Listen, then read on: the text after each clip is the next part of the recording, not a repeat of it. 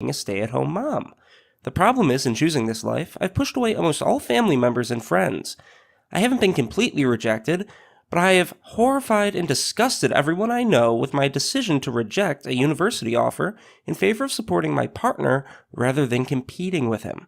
I've been called reckless and stupid, or the other way, and they've called me a lazy leech. The sheer abundance of hostility I've been met with has made me question myself and my decisions because it is highly unlikely that I alone am correct and literally everyone else is wrong. Do you have any advice for the average person trying to start and keep a stable family in a world that's so hell-bent on destroying it?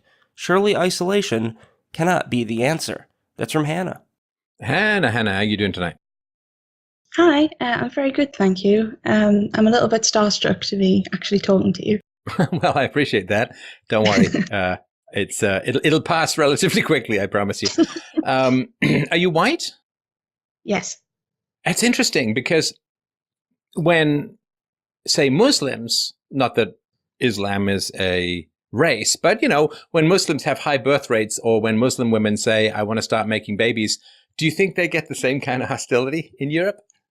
Absolutely not. Yeah, isn't that interesting? Seems to be pretty much targeted on the white women, which is interesting to put it mildly. I knew a Jewish woman who was thinking about not having kids, and she was told by her parents that she would be continuing the work of Hitler if she didn't. So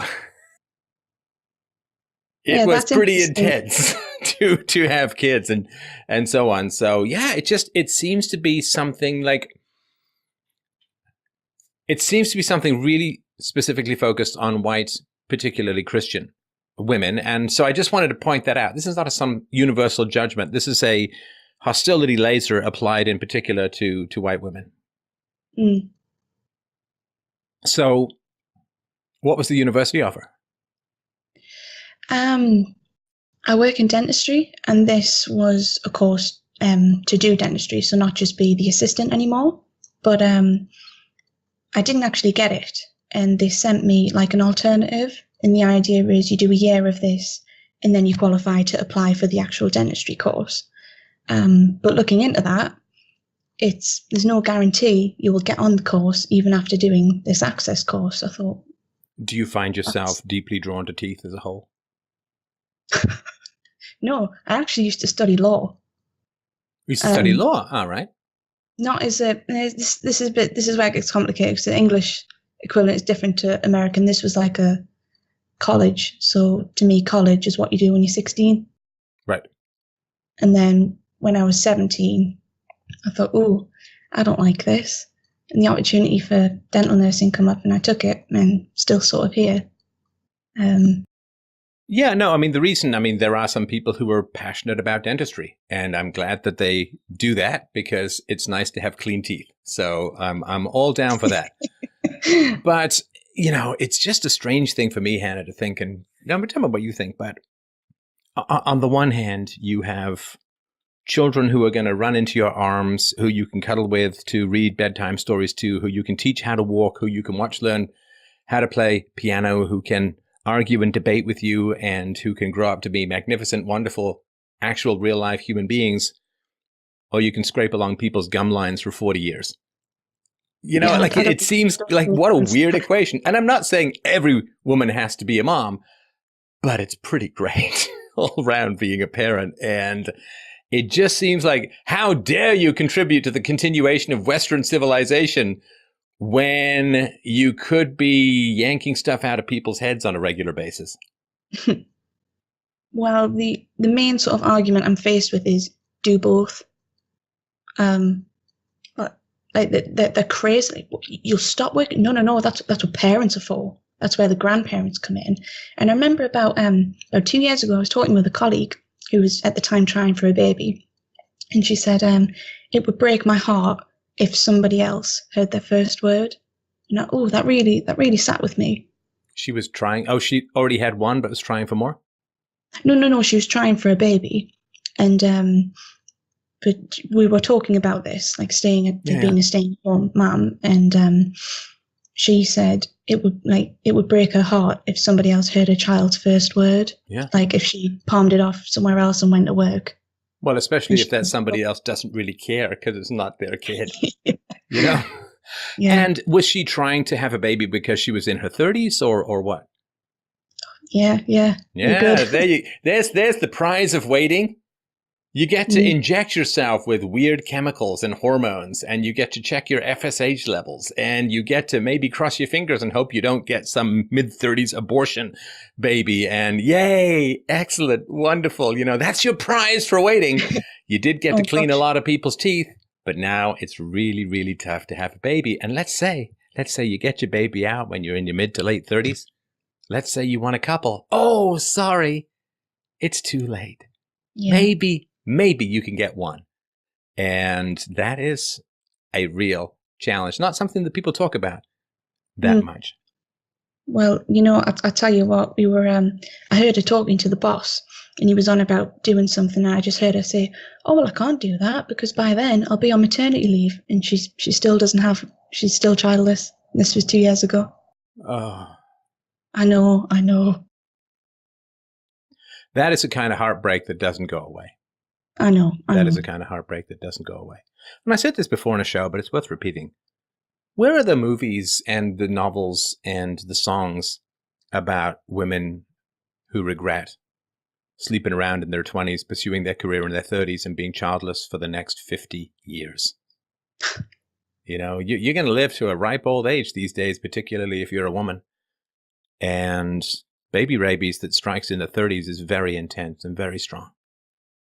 And it's like constantly being hungry or constantly needing to pee, to just want so desperately to have a baby. And let's say you try till you're 40, well, maybe you're going to live to 85 or 90. It's 45 to 50 years. What are you going to do with all that time? Who's going to comfort you in your old age? Who's going to be around? Where is the cycle of life?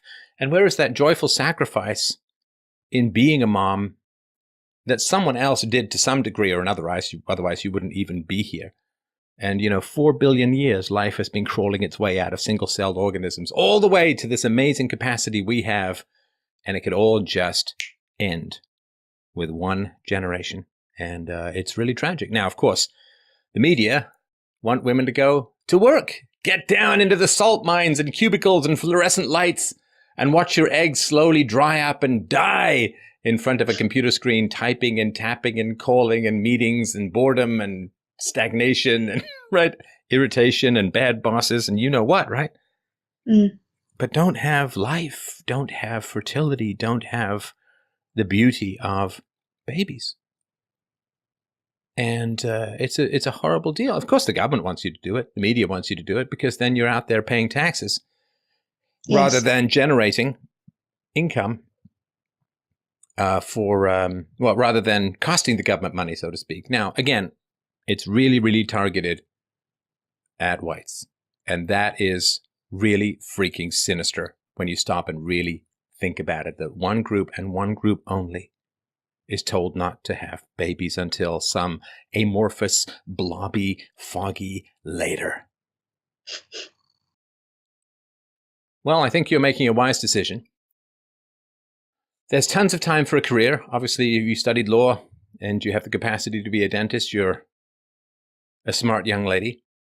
And that very intelligence, it's funny, people say, well, you're too smart to be a stay-at-home mom. Excellent.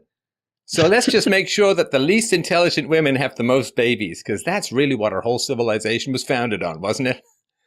So no, people say, oh, if you're smart, people can't even tell me, like I'm a smart cookie and I love being a father and find it a very exciting, deeply enriching, wonderful, challenging, beautiful experience. Other than being married and maybe doing this show, I would not trade it for anything in the world. And I don't think anyone could say, well, Steph, I guess you couldn't make it intellectually, so I guess it's fine to be a dad. No, it's a great challenge, particularly if you are thinking about it in your own terms rather than just replicating history. So, well, I think you're doing the right thing. You have your babies when they get older. If you want to have a career, you can start your career when you're 30 and you can work till you're 70 if you want. That's 40 years. If you want, tons of time to work. That's the way nature plays you, right? You've got tons of time to work, decade after decade after decade to work, but you have a small, narrow window in which to have the healthiest babies and to have the energy to be a great mom. So what else are people saying? Oh, you're going to end up dependent on a man. Like, that's the worst thing conceivable. Well, what if you pick a man who's dependable? Huh? Checkmate. Yeah, and I think I dislike saying this, but it's complete jealousy, I think, or their insecurities, because suddenly they think, oh, hang on, I've slept with 20 plus people. Who am I going to marry? Or who's going to want to marry me, knowing how that breaks a woman's capacity to bond and raises her chances to divorce you and strip your wallet out through your ass? Well, I got engaged only recently, and congratulations. It was a bit funny actually, because I proposed to him, and received a bit of backlash from that. And I went, right, hang on, I can't propose to my man, but I can have a sex change. That's perverse. Well, the other thing too, why would anyone get mad at you for proposing to your man? I mean, isn't female empowerment and having a voice and making choices what feminism's all about? Oh, God, don't get me started on feminism. No, I'm going to get you started right now on feminism. What's your relationship with the fembots?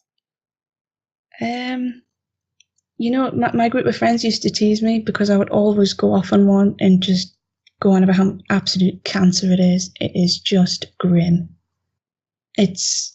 Well, has it produced anything good ever, apart from very ugly, very unhappy women? Well, it's unfair to call them just unhappy, because they're very good at spreading that unhappiness. So it's not a self-contained system of misery. It's a wonderful way of spreading that. You know, when I was a kid, misery loves company. And yeah, they absolutely sow seeds of mistrust and hostility and hatred and a feeling of victimization. And feminists, well, it's the oldest trick in the book. Women want resources, so they can either be attractive or they can whine, bitch, moan, and complain until men just say, fine, here, give me some peace. Well, I watched your The Death of White Guilt in Australia, and they are absolutely certain about things that are absolutely wrong. And there's no argument with that. And I think and they won't debate, right? Because I am on my own. I felt like we agree, but I'm a bit more vocal than he is. And it's me that gets into the sort of arguments, and it's always in like a no-win situation. You're always, you know, a bit like a child. You know, if I shout louder, I must be correct. No. Well, it's kind of an insult to children, but I know what you mean. I know what you mean. Sorry. No, well, you know, people scream the loudest when they're trying to outshout their own self-doubt. Right? I mean, they are on very shaky ground logically, and yet they have. See, if you can get people to make major life decisions based upon an ideology, it's very hard for them to back away. It's very hard for them to back away. So let's say some woman said, well, I'm going to just sleep around. I don't want to settle down with a man. I'm going to have a career, and I'm going to basically make myself unmarriable or unattractive. I'm going to gain weight, right? Feminism and fat, they kind of go hand in hand, right? Because you don't need no man, and you know, being objectified as a sex object is bad. So you can cut your hair short, you can dye it blue, and you can look like you've just eaten 4 servings of the Michelin Man. And so once people have gotten fat, once they've made themselves ugly, they've gotten tattoos and weird piercings and stuff. I mean, no sane man's going to want them. So do you then question the ideology when it has fundamentally distorted your entire physical being, taken 20 years of your life off due to obesity, and had you in endless series of crappy, decaying, horrible relationships with, you know, a 2d6 roll of abortions? I mean, that's hard. How are people going to back away once they've made those kinds of life decisions? How are they going to back away from that and question the foundation of that which has turned them into fat, ugly, miserable people? You know, you get people to commit to that degree and they just can't back away, which is why they can't debate. Because they're not debating about ideas. They're debating about, was it wise to get fat, sleep around, get STDs, not have babies? I mean, those are very, very foundational decisions. And feminism has pulled a real number on women, getting them to commit to all that horribleness. And then you can't question it. Yeah. If they can get you to kill someone to join a criminal gang, well, that's why they get you to kill someone. Or that's why they get you to rob a house. Or that's why they get you to beat up a homeless guy in order to join the gang. Because then you've compromised yourself morally so much that you can't ever question the gang. Because questioning the gang is questioning whether that was the right thing to do or not. Giving up babies. It's a big thing. It's a big commitment. Giving up love. Giving up love. I mean, that's the foundational thing. Women. You know, men can get by with stuff and things and logic. But women, in general, really flourish in a world of love. And it's one of the most beautiful things around women as a whole. And taking love away from women is so cruel. It's so cruel. And how do they push back? How do they walk that back? Because by the time they've realized it, it's usually too late. You know, love is not a lifelong gift you can just have anytime you want. It's not like something you put in the freezer. You know, I still have some wedding cake in the freezer, you know, from like 16 years ago. At one point, we're going to break out that wedding cake and have a bite or two, except I don't really eat sugar anymore. But it's not like love is not something that you can just freeze dry. You can't put it in cryogenic vats and just retrieve it anytime you want.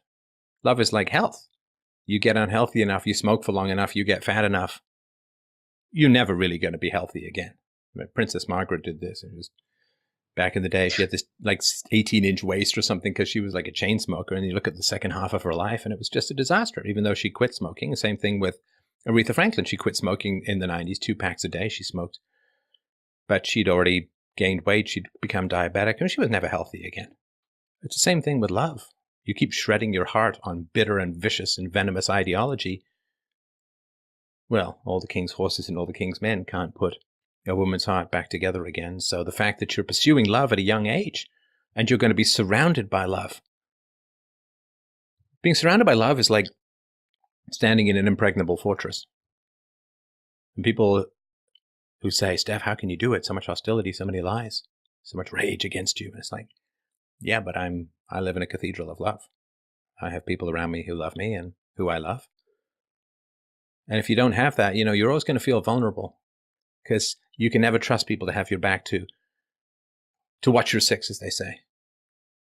So who's called you a lazy leech? Who in particular?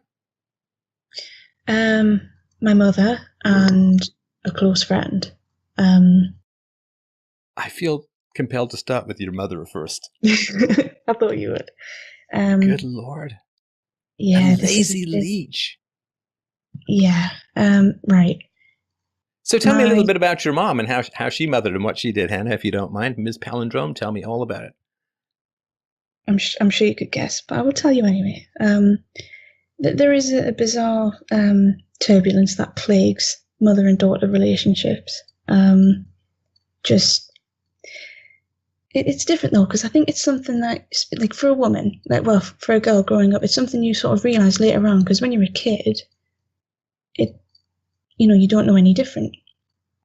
And when I look back now, I think, God, that was awful. But at the time, I had a great time, because it's different. Because you can leave the house, you're not stuck there. And I had a great time playing with friends. But then you get a bit older, you go to high school, and you encounter, teenage girl problems and conflicts, and you need help. You seek help, you ask for help, you need advice. And excuse me, but I don't think fuck off is sufficient advice. Tell them to fuck off. Well, no, we're stuck in the past. Oh, that was your mom's advice with the Mean Girls? Yeah. Like, no. And this is... Not a lot of life skills embedded in those phrases. No. So this is where, I do, sometimes now I do feel like a, moody teenager going against my, you don't know me, Mom, going against advice that should supposedly be better than mine, but it's just not. And, you tell a third party this, like, I don't know, you just happen to mention, like, sometimes it's funny. It's not funny, but I think that might be a British thing. You sort of deal with situations by making fun of it. And I'd put the feelers out a couple of times, and nobody would really bite because it's a cold subject. Your mum doesn't really. I don't want to say she doesn't love me, but there's something not there. I don't know how love can really coexist with the phrase "a lazy leech."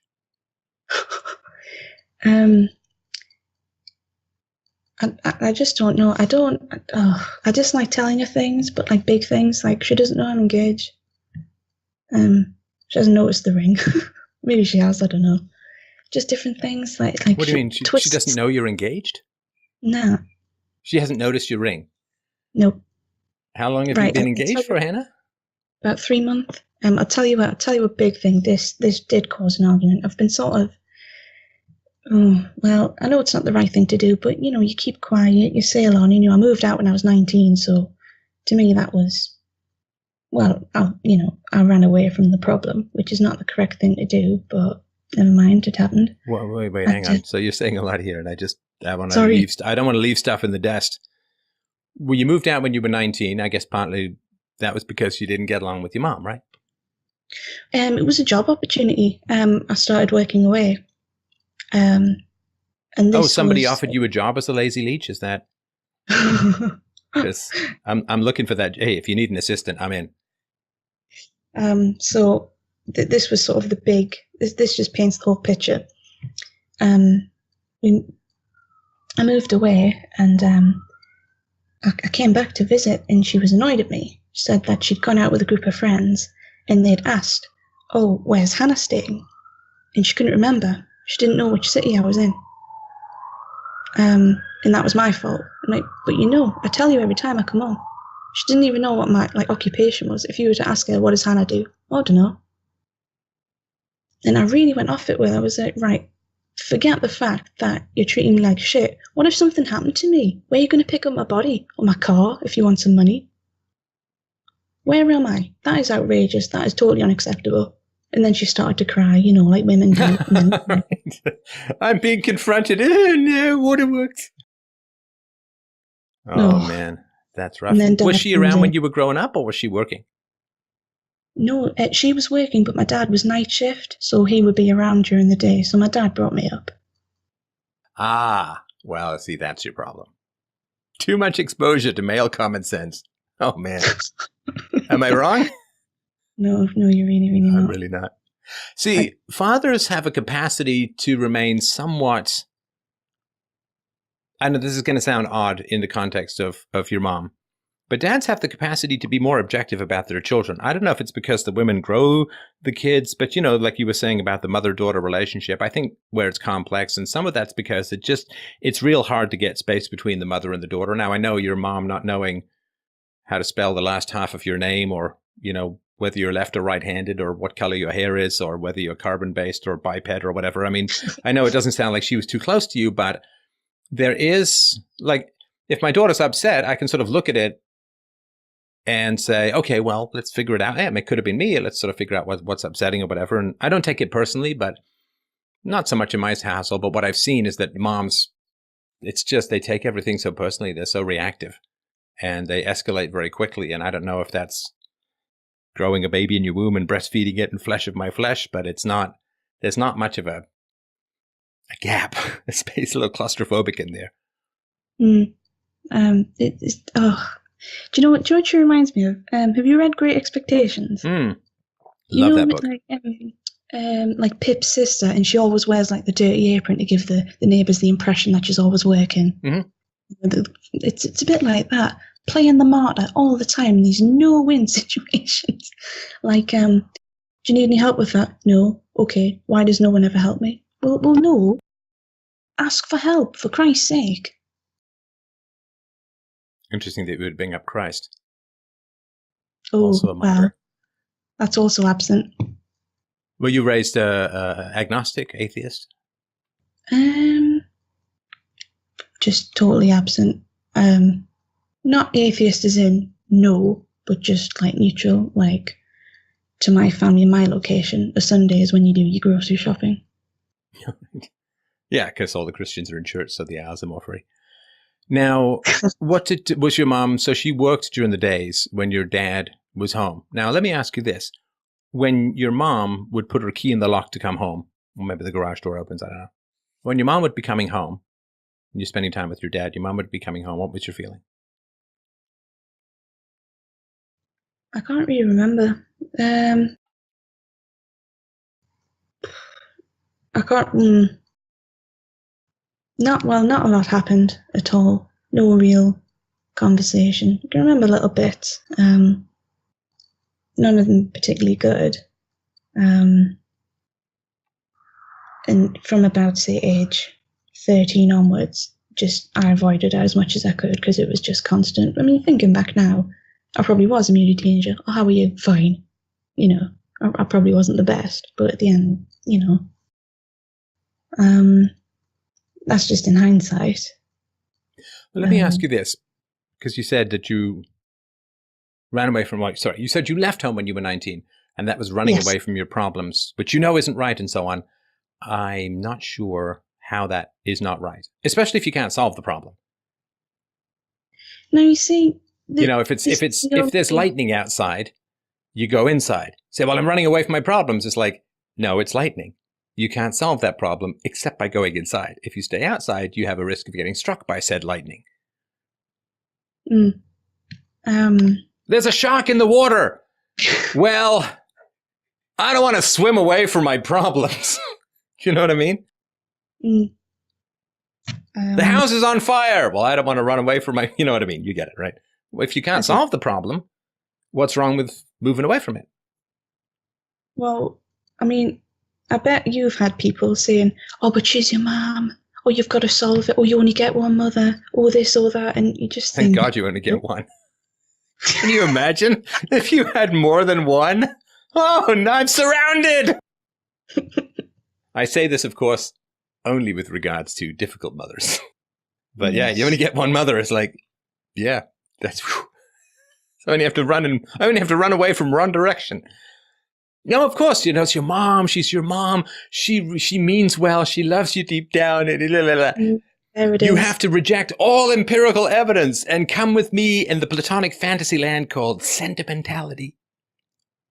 No, listen, I judge people by how they act. I could give two righteous shits about blood and family. And it's like, no, well, you saw the speech I gave in Australia, right? I don't care who is killing 30 to 50% of the Aborigine babies. I just don't like the fact that 30 to 50% of the Aborigine babies are being killed. And if it's Aborigine hands strangling or beating the rock, beating the head against the rock or slowly pouring sand in the Aborigine baby's mouth, it's bad. And the big question when it comes to philosophy and objectivity and truth, the big question is, and I haven't talked about this for years. Ooh, new stuff for the new people. So what happened to me was I basically said to myself, all right, let me try this mind exercise on for size. Let's say I met my mother at a dinner party. She wasn't my mom, like just some woman who is my mom. I met her at a dinner party. What would I do? And other than try and change seats as quickly as possible to the point of feigning appendicitis, it would not be to stay in that person's orbit for the rest of my life. It would be like, hey, yeah, remember that crazy woman from the dinner party? Whew.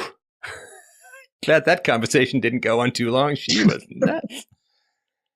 And if you can think about your family, your friends, everyone, as you just met this person at a party, what would you do? I mean, if I met my wife at a party, I'd try and snatch her up as quickly as humanly possible. And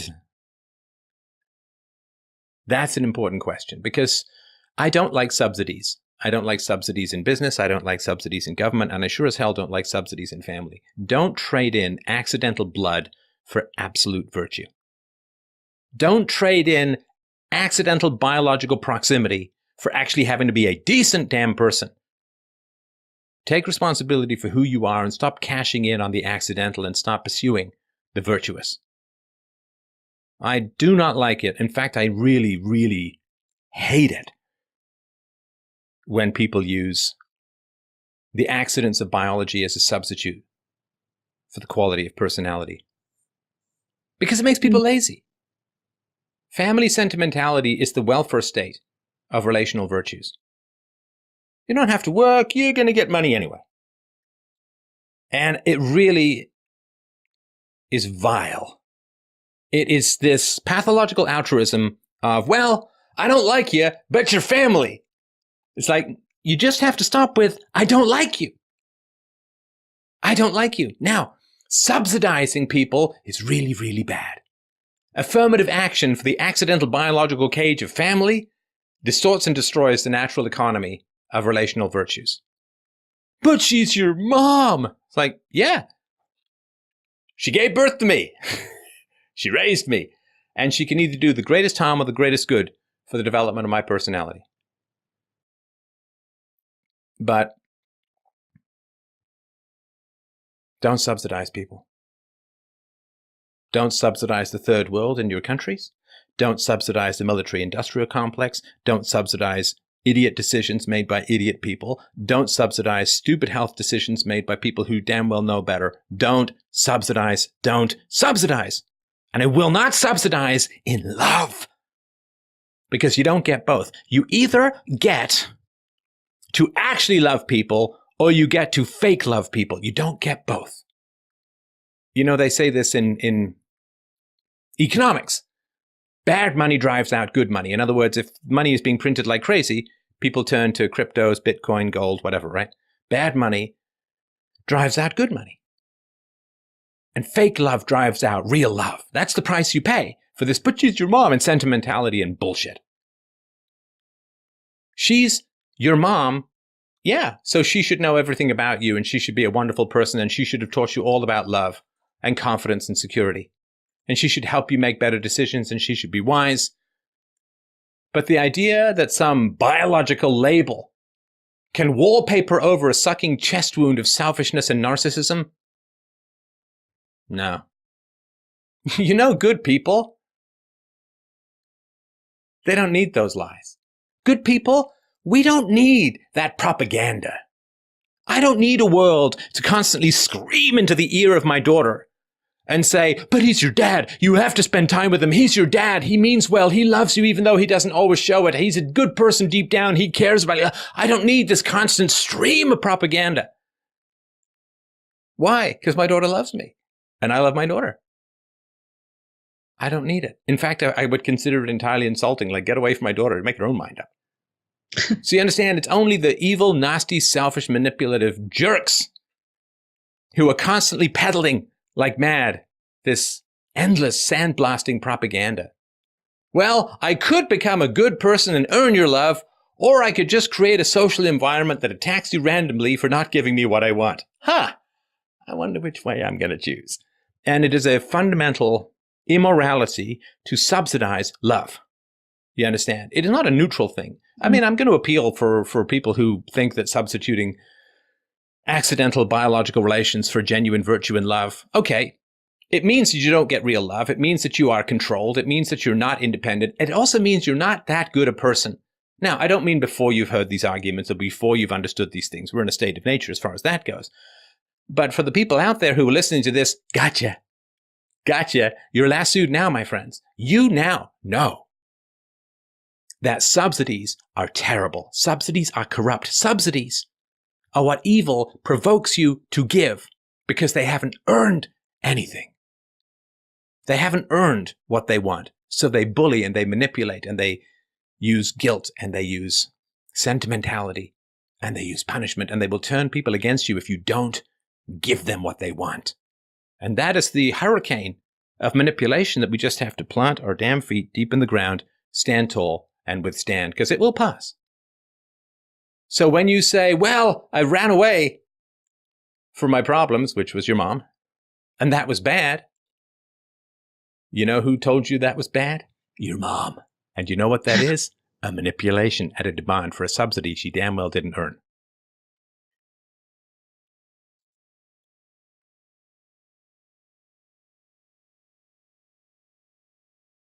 Well, yeah. Yeah, I needed to hear that, actually. Thank you. What does your fiance think of your mom?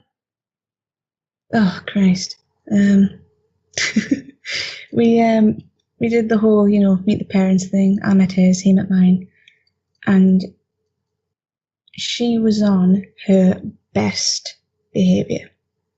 She could not have been nicer. And now it's, oh, what were you worried about? Oh, she's fine. Oh, they mellow out, parents mellow out in their old age. Oh, she's this, she's that, like making all these excuses for her. And I just thought, oh, right. That's an act of aggression against you.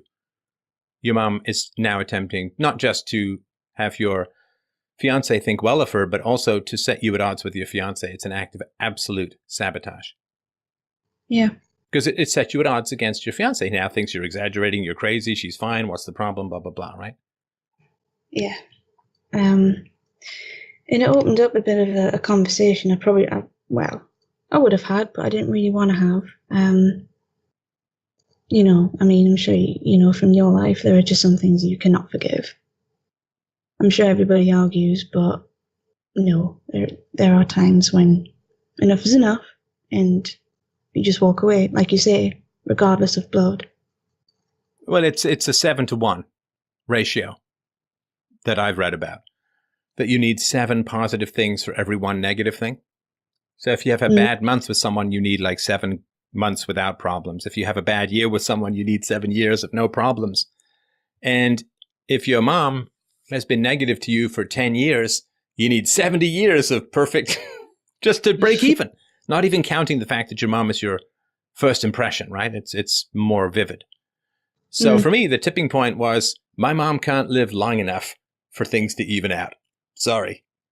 It feels like she will, but she can't. Why didn't he have you back with this?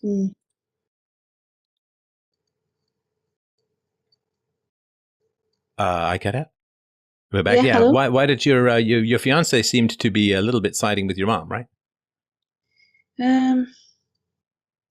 He wants us to get along better because that's what he thinks is right. I don't think he can comprehend that I would not talk to her again. Not total. Well, I don't know. Maybe total cut off, but certainly a reverse and a back away. Because I'll do birthdays and I'll do Christmas, but apart from that, I'm not really interested.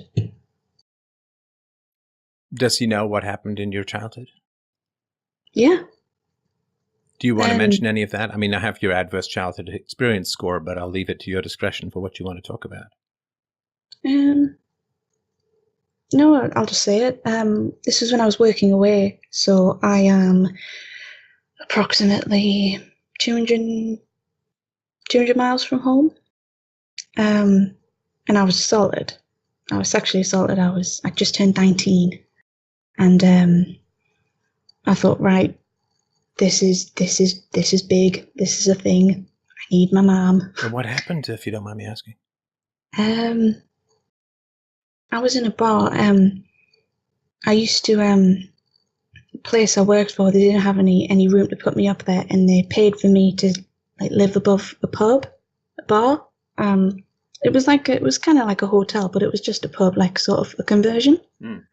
And made friends with some people there, and I don't know what it's like in the US, but they've changed the laws. You can't smoke inside, so everybody has to go outside. Right.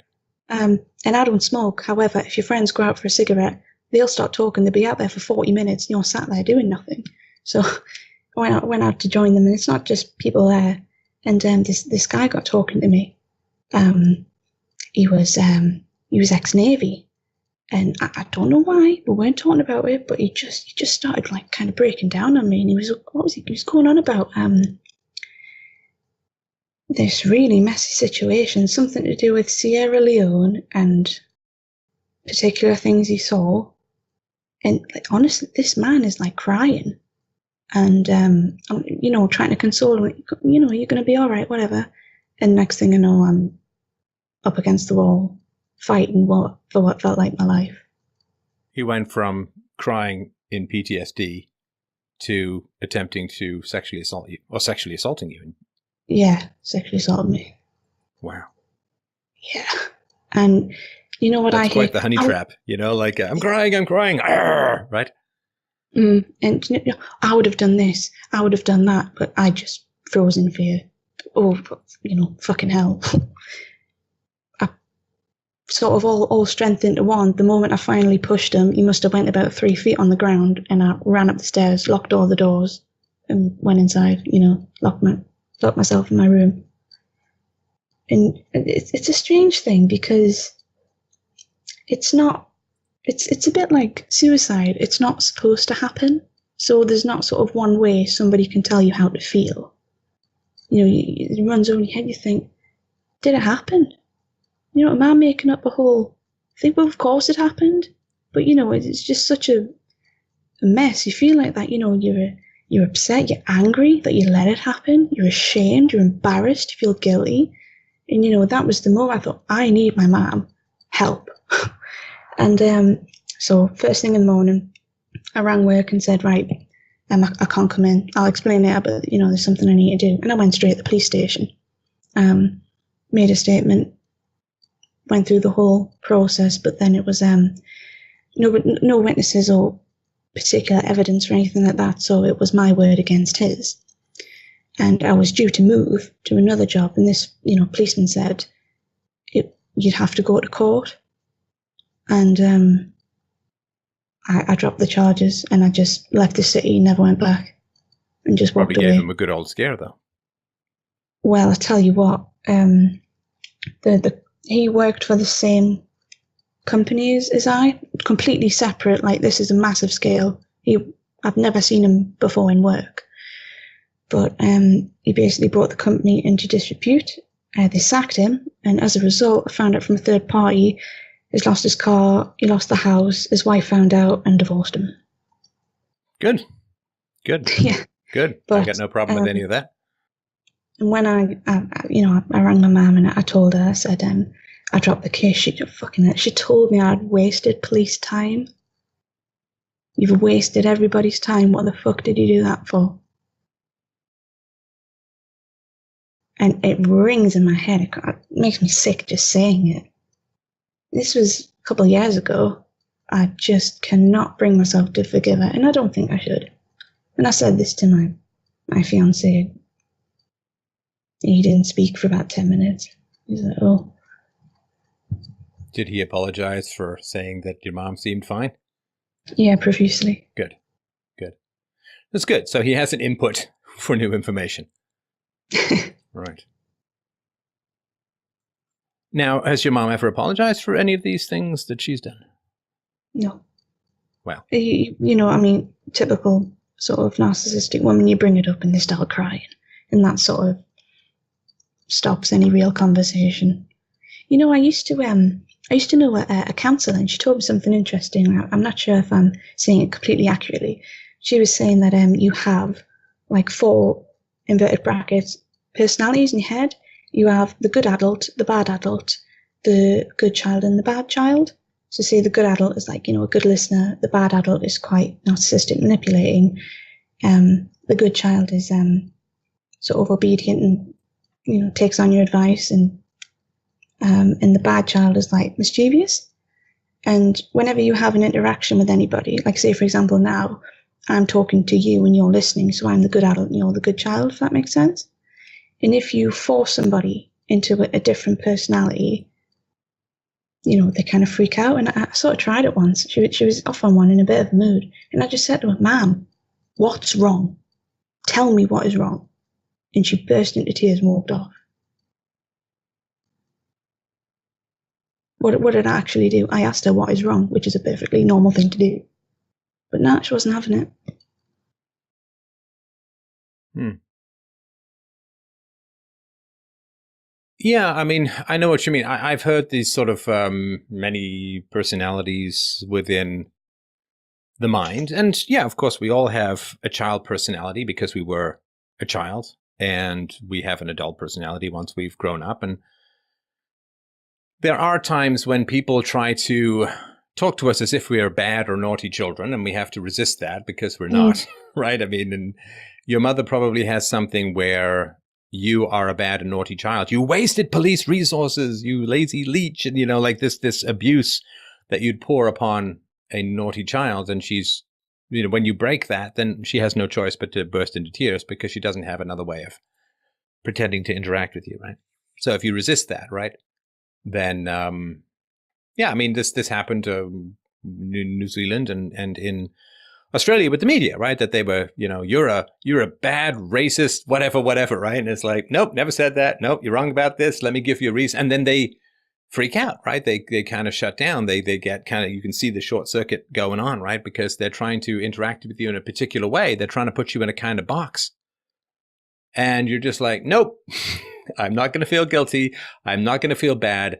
I'm not going to feel naughty for dealing with facts, reason, and evidence. And when people, I mean, when you see this happening in life, it's almost impossible to stop seeing it, which is that people are constantly trying to put you into a particular position and, in a sense, dictate your responses, right? It's the old, have you stopped beating your wife yet? No, yeah, right. I mean, you're supposed to be put into a kind of mess with all this kind of stuff. And you just identify the framing and you reject the assumption, right? So, in one of the interviews in Australia, the guy was like, basically, do you think you have a lot of white, like, you seem to have a lot of white nationalists in your followers. And it's like, I was just, well, first, you're just trying to, thank you very much for associating my name with that phrase, which is, of course, the first point. And the second is, I don't know what my listeners' beliefs are. I can't read the minds of 1 million or 2 million people. I mean, how could I possibly do that, right? Do you actually have an argument that's not race baiting? And then it's like, I don't know, actually. Let me check further down in my notes. So with your mom, it's the cry bully, right? So she tries to be a bully, and if that doesn't work, she bursts into tears, which is also being a bully, right? Shutting down your capacity to have input to her. It's shutting you up in a different kind of way, right? Mm.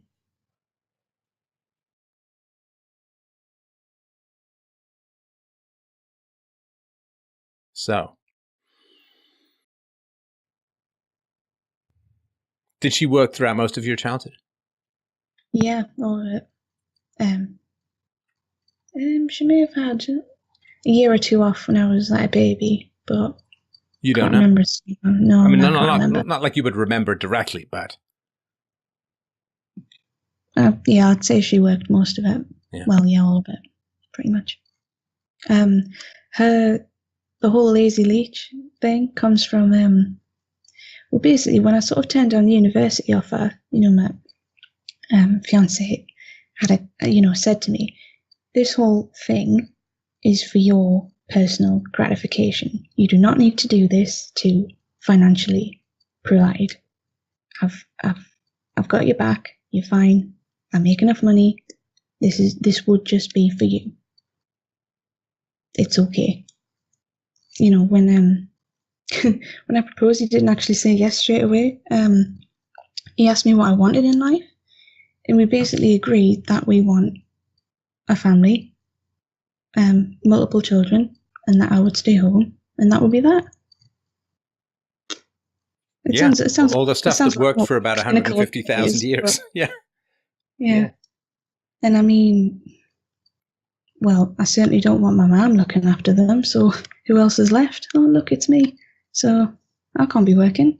Right. And he's like, yeah, that's obvious. So we're doing fine. But it's just everyone else. And my concern was, well, it can't be just me. But I think it is. No. It may, see, here's the thing. Your social life is defined by your worst relationship. All right. Do you understand what I mean? You got that, right? I think so. So,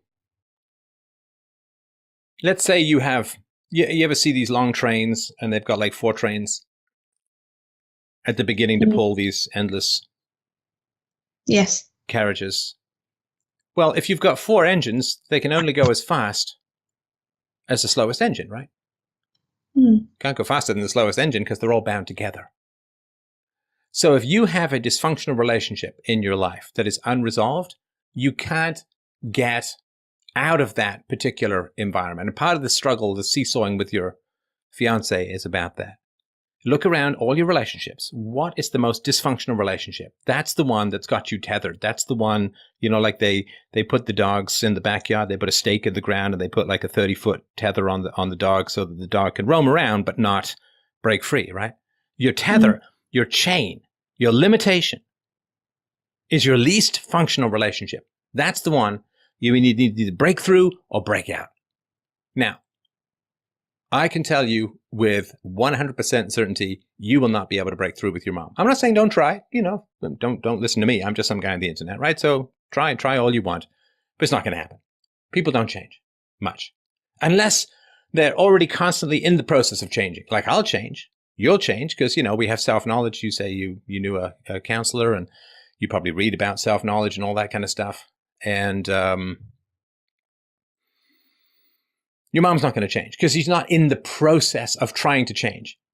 In fact, when any suggestion to change is brought up, what does she do? Yeah, she cries. She cries. And if you always know the tears aren't real because if you keep pushing, you just get rage, right? Yes.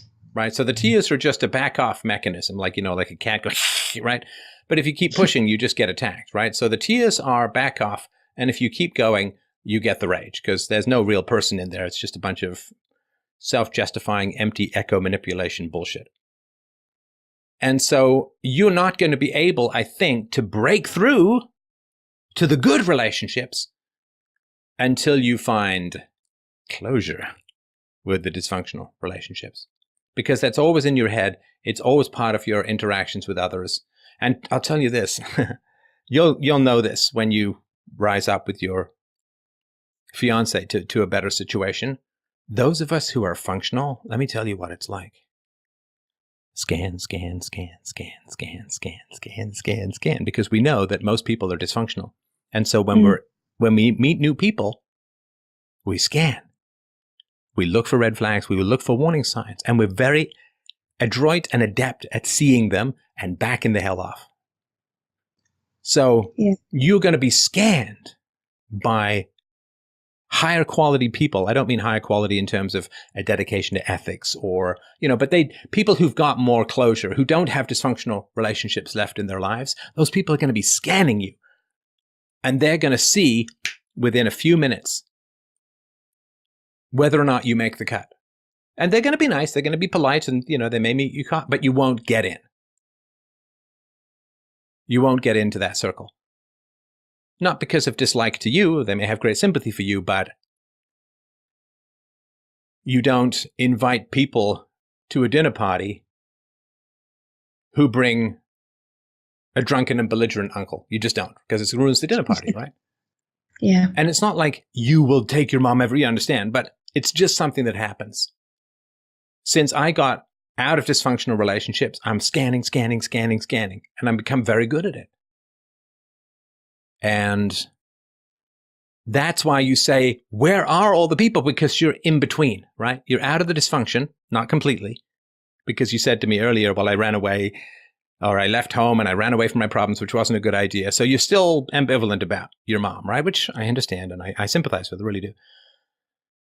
But you can't get to the higher plane. You can't get to the better place until you deal with what was before. And you cannot have a more functional social relationship in the long run than your least functional relationship still in your life. Because they just won't let you in.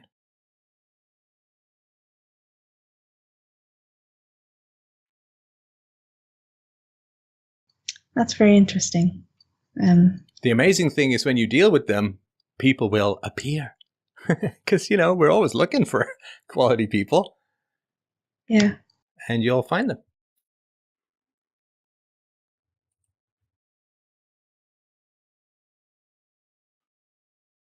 then you're going to have to ask your dad, why did you marry this woman? Oh. Because, there's always one parent who gets away, but they're a system, right? Yeah. Are they still together? Yeah. Been married 25. How old am I? 26 years. Oh my God, that's not a night shift. That's a graveyard shift. Forever. Why did he marry her? How pretty was she? Reasonably. She had a very nice figure. And what about your dad in terms of attractiveness when he was younger? Not really. I mean, just being honest. But she was a virgin when she met my dad. Does your dad know I think that his so. wife called you a lazy leech and Oh, said God, about yeah, your... Sorry? He was there. He was there. What did he say?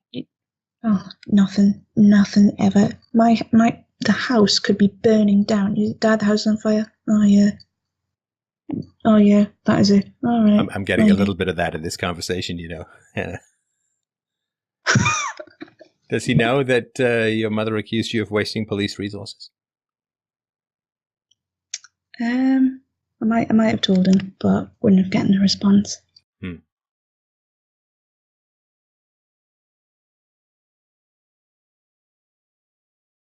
Reasonable, neutral relationship, I think.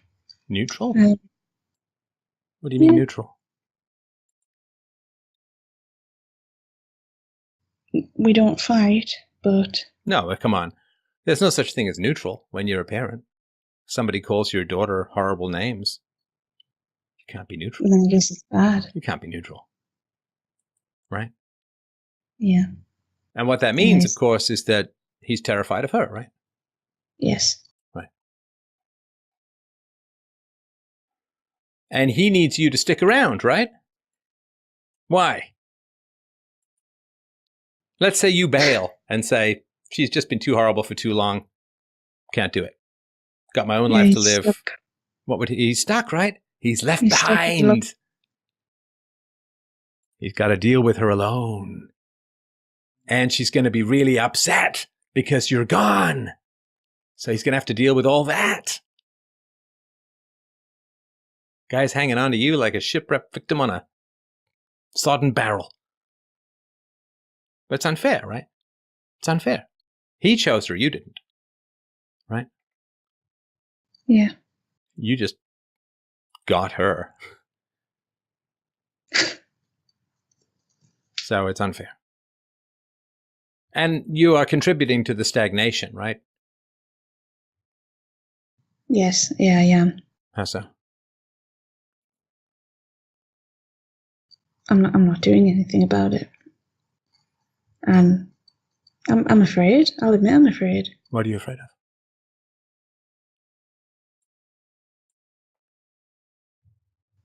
I know what I should do. I don't know why. I just can't bring myself to do it. It just feels so What wrong. should you do?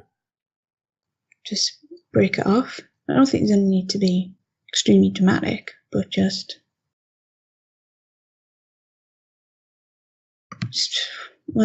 is stop making the effort the right phrase?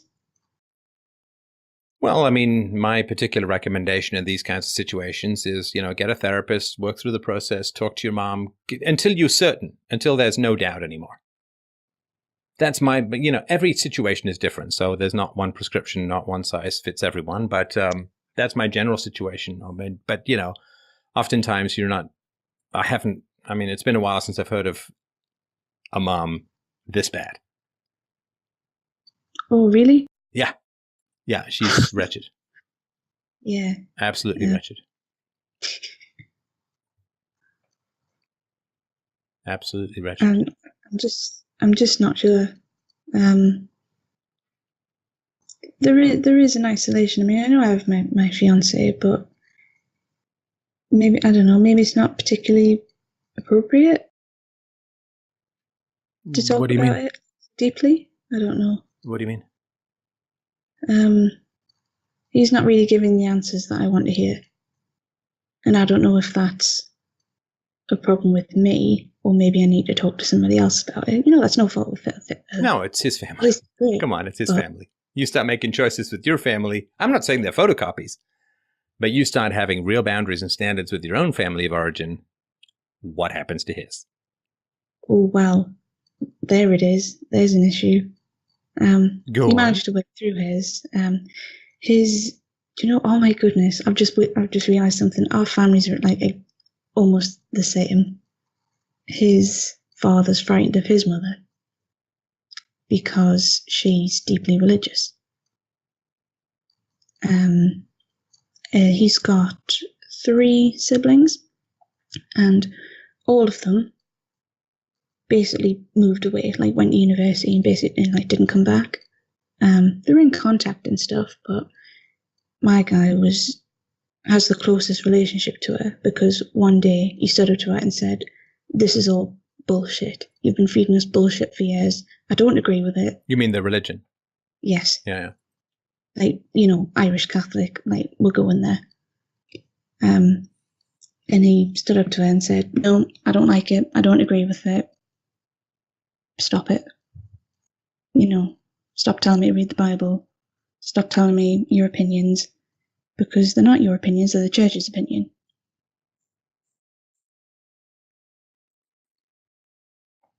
Say, for example, in the news, the Pope of all that sexual abuse. We're not going to cover it up anymore. The Pope could say, "Oh, you have to paint everybody has to have green walls." 2 things about the Pope. Number 1, involved in the cover-up of pedophilia. Number 2, very pro-migrant. That's all you need to know. Those 2 beliefs coexist in the same brain.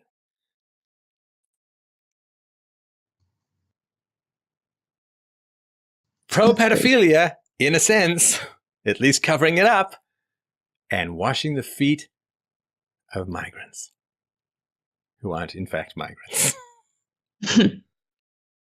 Yeah. Okay, so there's a whole system here locking you down, right? Yes. Right. And you hope to be able to keep it all together. Spoiler, you can't. You can't. You're on the road. Sorry, you're on the road. You're on the road to self-knowledge. You're on the road to philosophy. You're on the road to truth, my dear. And everyone starts down this road it's kind of flat. I can navigate this. I can take my time. And, it starts to tip a little. It's it's a bit of a hill there. It's a little slippery. Oh, well, and just dig my heels in, walk down nice and slow. Oh, it's getting a little, that's kind of steep, actually. Well, I'm sure I can. I don't want to run because I don't want to end up in that ever-accelerating run that has you face plant into, oh my gosh, this got really steep. Holy crap. Ice. Oh no, vertical, no parachute. There's a tiny net at the bottom. Everybody just starts. And I was the same way. I'm I can handle this. No, I can't. No, you can't. Yeah, you can. You invite truth in like you invite a vampire in. It's just that they suck out all the bad blood, if you know what I mean. So it's worth it. Oh, it's worth it. Yeah, it's just not something you can particularly control. Okay. That Gnarls Barkley song, Crazy. Ha ha ha. You think you're in control. It's this philosophy is its own thing, It's its own momentum. It's its own uncurling and unfurling. And you're on that path. If you met your mom at a dinner party and she sat across from you and talked to you, what would you say? What would you do? What would you think? Didn't know her before, just some woman. Never again. Right.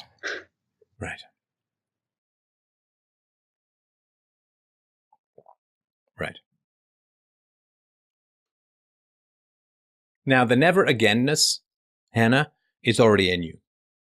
The never againness has been in you for many, many, many years.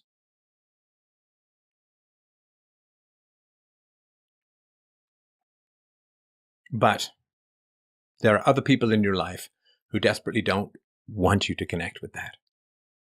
because it makes their lives more difficult in the short run, right? You understand? If you were in some relationship with some guy and you were both doing drugs and he didn't want to quit, how would he deal with you trying to quit?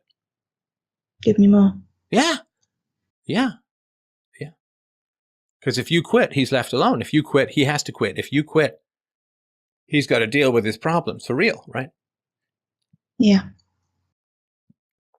So nobody wants you to grow, because then they have to grow. And that's the challenge. I mean, I wish we lived in a world where growth and self-knowledge was applauded by most people, but it is viciously attacked by most people. See, everybody says, I want freedom. I want freedom. Give me freedom. Everybody cheers at that William Wallace thing. Freedom! To obey. Everybody wants this freedom. And they like beg for it. They die for it. They pine for it. They yearn for it. They fight for it. I want freedom. Oh no, is someone around me acting actually free? Crush them! Kill them! Undermine them! Destroy them! Put them back in the box! They're actually exercising the freedom I say I want? No! Right? Yeah. It's terrible. It's terrible. It's like, I don't know if you've seen this internet meme. It's pretty funny.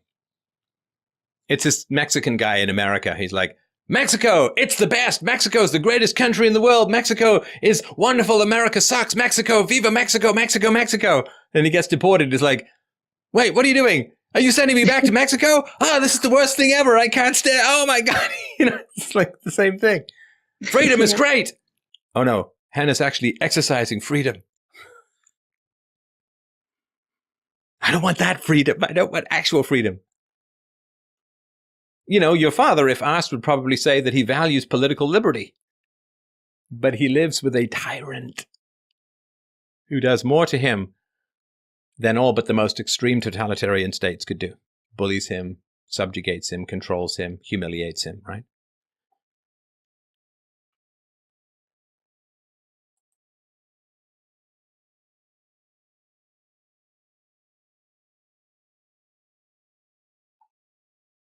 Yeah, actually take the freedom.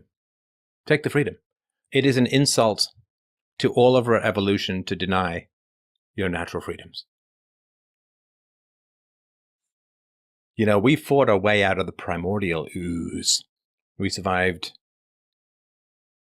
sunlight as white people, saber-toothed tigers, woolly mammoths, being chased out of Africa, if that's what actually happened. And we have some significant shreds of political liberty left. We have some significant freedom of speech. We have some freedom of religion. We have some freedom of thought. We have some freedom of expression. We have the internet. To not actually be free after we struggled so much under the enslavement of tyranny and predation and pre-consciousness, to not actually exercise the greatest muscle that we've been granted, is an insult to all of the beings that suffered so much to hand this precious gift of choice to us, and freedom and virtue and the capacity to improve. You go to your average panda, not a lot of room for growth emotionally, right? Not a lot of free will among the mako shark, right? Grasshoppers, well, they do what grasshoppers do. All butterflies do is fight any way the wind blows half the time and hopefully land on the ass of some flower. But we have actually a choice. We can choose, we can improve, we can be better, we can live according to reason and evidence and virtue and truth. And the amount of suffering it took to grant us that capacity is beyond calculation. And to spurn that gift for the sake of conformity with people who are too lazy to improve is such a desperate shame. And it's really not so bad to be free. It's really not so bad to be free. In fact, it's pretty fucking great. Don't get me wrong. The Band-Aid takes off a few hairs when you pull it. Don't get me wrong. It feels a little bit like dying. But as I wrote in a poem when I was 16, sometimes we have to bury ourselves in order to be resurrected. You have to go down into a kind of death to become free. And it's the death of approval. Freedom. When you're not politically enslaved, freedom simply means freedom from disapproval, freedom from shame, freedom from bullies. Some bullies you can't get rid of. Got to pay your taxes, right? But other bullies, you really don't have to do anything. You don't have to pick up the phone. You don't have to answer the phone. You don't have to reply to the email. You just don't have to do anything. And lo and behold, you have freedom. Right? Yeah. Freedom! Fuck the English. Sometimes it's your mom you got to sweat, right?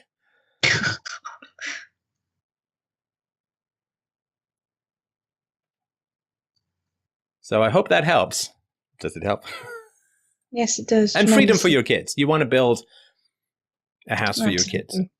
You know, every woman I've known, before the baby is born, they go on an absolute cleaning frenzy around the house. And good, too. I did the same thing before my brother's kids were born. Just scrubbed morning, noon, and night. Pulled out the refrigerator, pulled out the oven, scrubbed everywhere. The kids would even... It's what you do. You clean the cave before you have the babies.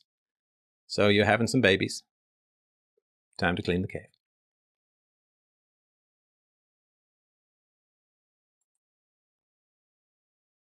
Will you let me know how it goes? I will. Yeah. Useful chat?